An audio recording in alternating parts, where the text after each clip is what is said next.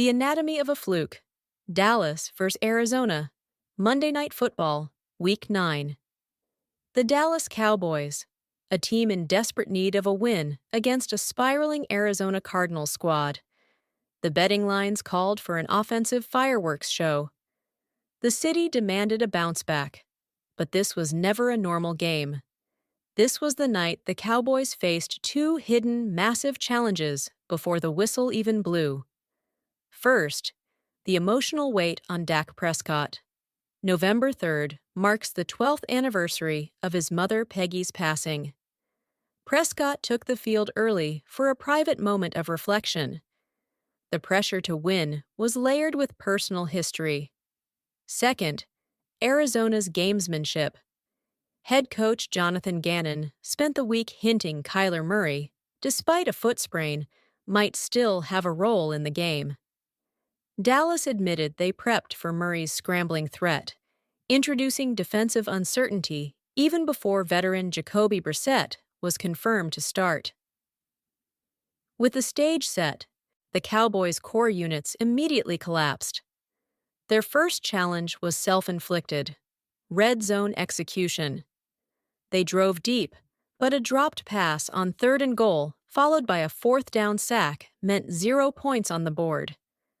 That failure immediately stressed the defense. The Cardinals, led by Brissett, became unstoppable on 3rd down, converting 7 of their first 9 attempts to sustain long, grinding drives. This sustained pressure exploited Dallas's biggest systemic weakness: the run defense. Arizona dictated terms with Zonovan Knight and others, setting up advantageous one-on-one matchups for their receivers. Second-year star Marvin Harrison Jr. cooked Pro Bowler Deron Bland for an early touchdown. The score was quickly 10-0. The Cowboys couldn't buy a break. A second-quarter Jake Ferguson fumble stopped a potential scoring drive cold. Arizona marched right back down and scored again. Trailing 17-0, Dallas was drowning in a crisis of execution. The anomalous overcoming then. The moment of overcoming arrived. But it was chaos, not consistency. Defensive end Sam Williams blasted through the line on a punt attempt.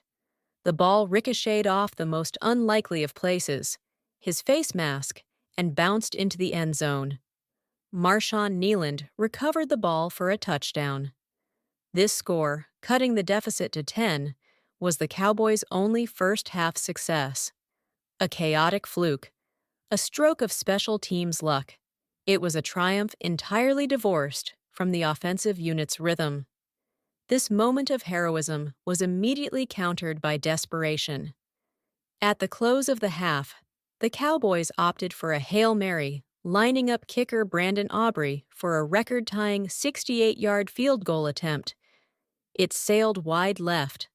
The decision itself spoke volumes about the lack of faith in the offense to reliably score.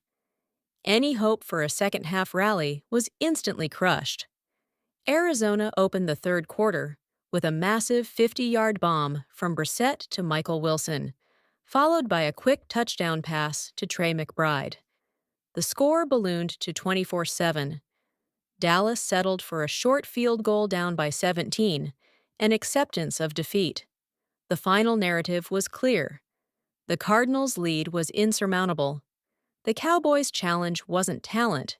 It was the psychological inability to execute under high pressure. They needed an anomalous blocked punt to temporarily save them. That inability to convert statistical dominance into clutch execution remains the one challenge the Cowboys have yet to overcome.